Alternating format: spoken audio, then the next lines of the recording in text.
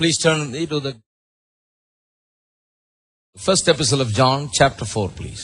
1 யோவான் 4ஆம் அதிகாரத்துக்கு திருப்பிக் கொள்வோம். First epistle of John, chapter 4. 1 யோவான் 4ஆம் அதிகாரம். Let me read to you from verse 16. 16ஆம் வசனத்திலிருந்து நான் வாசிக்கட்டும். And we have known and believed the love that God hath to us. God is love, and he that dwelleth in love dwelleth in God, and God in him. தேவன் நம்ம மேல் வைத்திருக்க அன்பை நாம் அறிந்து விசுவாசித்திருக்கிறோம். தேவன் அன்பாகவே இருக்கிறார்.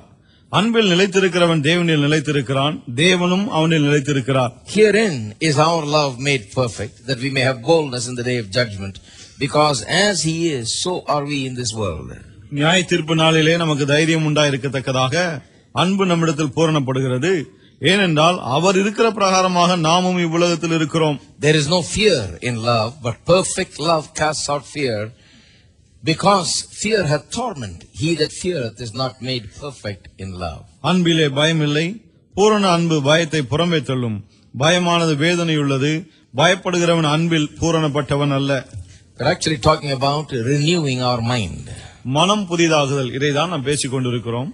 And particularly we are using fear and dealing with how we need to really order our mind in light of what the Bible teaches concerning fear. How to renew our mind concerning fear.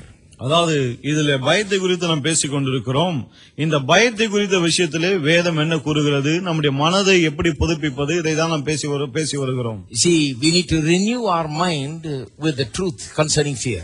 பயத்தை குறித்த சத்தியத்தை கொண்டு நம்முடைய மனதை நாம் புதிதாக்க வேண்டும். We have been studying for the last couple of weeks the passage in Hebrews chapter 2 verse 14 and 15. சில வாரங்களாக எபிரேயர் 2ஆம் அதிகாரம் 14-15 வசனங்களிலிருந்து நாம் படித்து வருகிறோம். There we are told a very great truth concerning whatever happened to fear.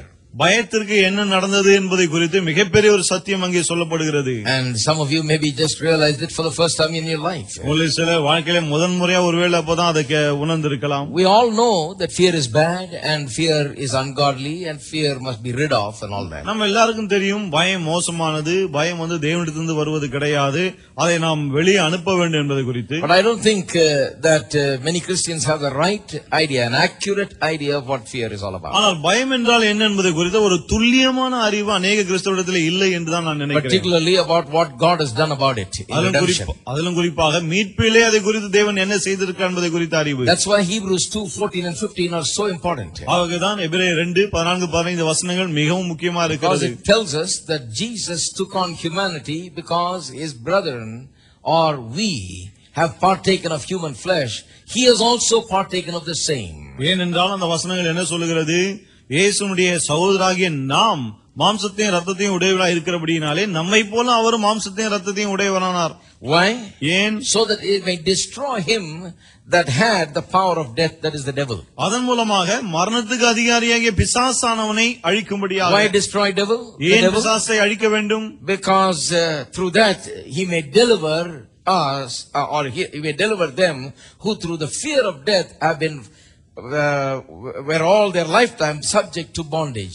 ஏன் என்று சொன்னால் ஜீவகாலம் எல்லாம் மரண பயத்தினாலே கட்டப்பட்டிருந்த மக்களை அதிலிருந்து விடுதலையாக்கும்படியாக. That's why he dealt with the devil through the cross of Calvary. ஆகவேதான் கல்வாரி சிலுவையின் மூலமாக பிசாசை அவர் சரிகட்டினார். One of the reasons why he dealt with the devil and destroyed the devil and his power on the cross and through what happened on the cross is because he must deliver us who were all our lifetime in bondage to the fear of death.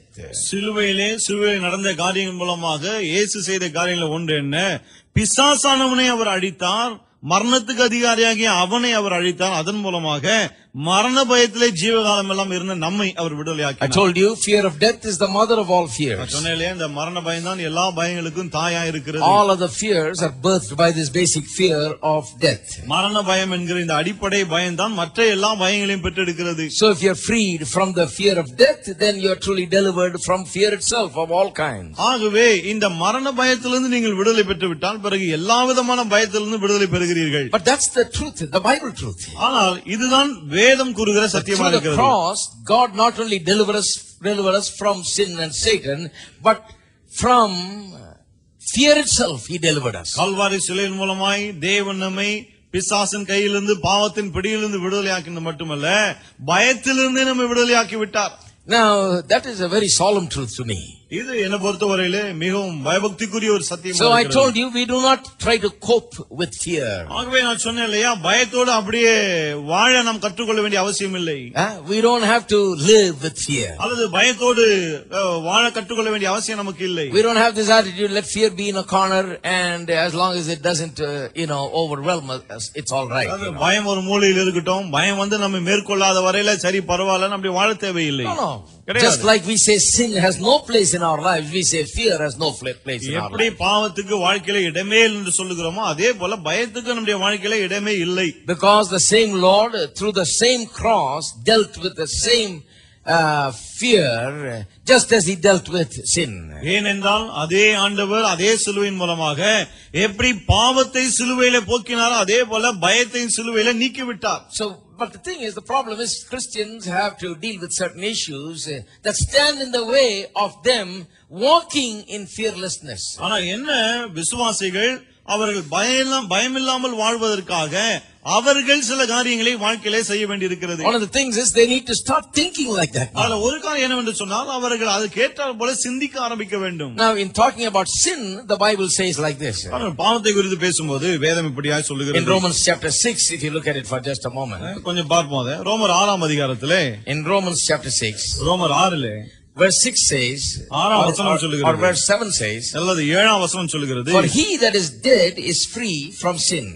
மரித்தவன் பாவத்துக்கு நீங்கி விடுதலையாக்கப்பட்டிருக்கிறானே. Verse 6 says, knowing this, that our old man is crucified with him, that the body of sin might be destroyed, that henceforth we should not serve sin. For he that is dead is freed from sin. நாம் இனி பாவத்துக்கு ஊழியம் செய்யாதபடிக்கு பாவ சரீரம் ஒழிந்து போகும் பொருட்டாக நம்முடைய பழைய மனுஷன் அவரோடு கூட சிலுவையில் அறையப்பட்டது என்று அறிந்திருக்கிறோம். Now if we be dead with Christ, we believe that we shall also live with him. மரித்தவன் பாவத்துக்கு நீங்கி விடுதலையாக்கப்பட்டிருக்கிறானே, ஆகையால் கிறிஸ்துவுடனே கூட நாம் மரித்தோமானால் அவருடனே கூட பிழைத்தும் இருப்போம் என்று நம்புகிறோம். Now verse 11, likewise reckon ye also yourselves to be dead indeed unto sin, but alive to God through Jesus Christ our Lord. 11ஆம் வசனம், அப்படியே நீங்களும் உங்களை பாவத்துக்கு மரித்தவர்களாகவும் நம்முடைய கர்த்தராகிய இயேசு கிறிஸ்துவுக்குள் தேவனுக்கென்று பிழைத்திருக்கலாகவும் எண்ணிக்கொள்ளுங்கள். Let not sin therefore reign in your mortal body, that ye should obey it in the lust thereof. ஆகையால் நீங்கள் சரீர இச்சைகளின்படி பாவத்திற்கு கீழ்ப்படியத்தக்கதாக சாவுக்கு ஏதுவான உங்கள் சரீரத்தில் பாவம் ஆளாதிருப்பதாக. Neither yield ye your members as instruments of unrighteousness unto sin. நீங்கள் உங்கள் அவயங்களை அநீதியின் ஆயுதங்களாக பாவத்திற்கு ஒப்புக்கொடாமல். Then verse 14 says, for sin shall not have dominion over you, for ye are not under the law, but under grace. நீங்கள் நியாயப்பிரமாணத்துக்கு கீழ்ப்பட்டிராமல் கிருபைக்கு கீழ்ப்பட்டிருக்கிறபடியால் பாவம் உங்களை மேற்கொள்ள மாட்டாது. Now why did I read all this? ஏன் இதெல்லாம் நான் வாசித்தேன்? Because this is talking about the reality or the fact of how we have been freed from sin. அதாவது எப்படி நாம் பாவத்திலிருந்து விடுதலையாக்கப்பட்டிருக்கிறோம், அது நிஜம் என்பதை இது பேசுகிறது. So if you are freed from sin, ஆகவே நீங்கள் பாவத்திலிருந்து விடுதலையாக்கப்பட்டது, what should you do now? இப்போ நாம் என்ன செய்ய வேண்டும்? Reckon ye also yourselves to be dead indeed unto sin. நீங்கள் பாவத்துக்கு மரித்தவர்கள் என்று எண்ணிக்கொள்ளுங்கள். The word reckon is very important. அதாவது இந்த எண்ணிக்கொள்ளுங்கன்ற வார்த்தை ரொம்ப முக்கியமானது. Everybody say reckon or think. எல்லாரும் சொல்ல எண்ணிக்கொள்ளுங்கள். See, you've been set free from sin, but you not now got to think that. பாவத்திலிருந்து நீங்கள் விடுதலை ஆக்கப்பட்டு விட்டீர்கள், இப்பொழுது நீங்கள் அப்படி எண்ண வேண்டும். See, if you think still that sin has more power over you anymore, then you're thinking wrong, and that thinking will lead you into a slavery to sin. இன்னமும் பாவத்துக்கு என் மேல் அதிகாரம் வல்லமை இருக்கிறது நீங்கள் எண்ணிக்கொண்டிருந்தால் அது தவறு. அப்படி நீங்கள் எண்ணும் போது பாவத்திற்கு மேலும் நீங்கள் அடிமையை போகக்கூடிய வாய்ப்பு உண்டு. See, if you don't know that you're free, then you don't walk in freedom. நான் விடுதலையா இருக்கிறேன் என்பதை நீங்கள் அறியாமல் இருக்கும் போதுதான் விடுதலையாய் நடக்க முடியாமல் போகிறது. In America, when they abolished slavery many years ago, அமெரிக்கால பல வருஷங்களுக்கு முன்பாக அந்த அடிமைத்தனத்தை ஒழித்த போது, the news did not reach certain places. அந்த செய்தி சில இடங்களுக்கு பரவாமல் இருந்தது. Certain backward areas in the south did not receive the news. கிழக்கு பகுதியினுடைய சில பின்தங்கிய தென் பகுதியினுடைய சில பின்தங்கிய பகுதிகளுக்கு இந்த செய்தி போகவே இல்லை. That was a long time ago, and there was no internet, there was no telephones, and all these facilities were not available at that time. இது வந்து எப்போ நடந்தது? அப்ப இன்டர்நெட்டோ டெலிபோனோ வேற எந்த வசதியும் கிடையவே கிடையாது. So the news spread very slowly. ஆகவே செய்தி ரொம்ப மெதுவா தான் பரவிட்டு. Abraham Lincoln had declared that all slaves are now free. Abraham Lincoln அவர்கள் அறிவித்து விட்டார், எல்லா அடிமைகளும் இனி முதல் விடுதலையா இருக்கிறார்கள் என்று. No one by law can be kept as a slave. யாருமே சட்டப்படி இனிமேல் அடிமையாய் வைக்கப்பட முடியாது. A law has been passed.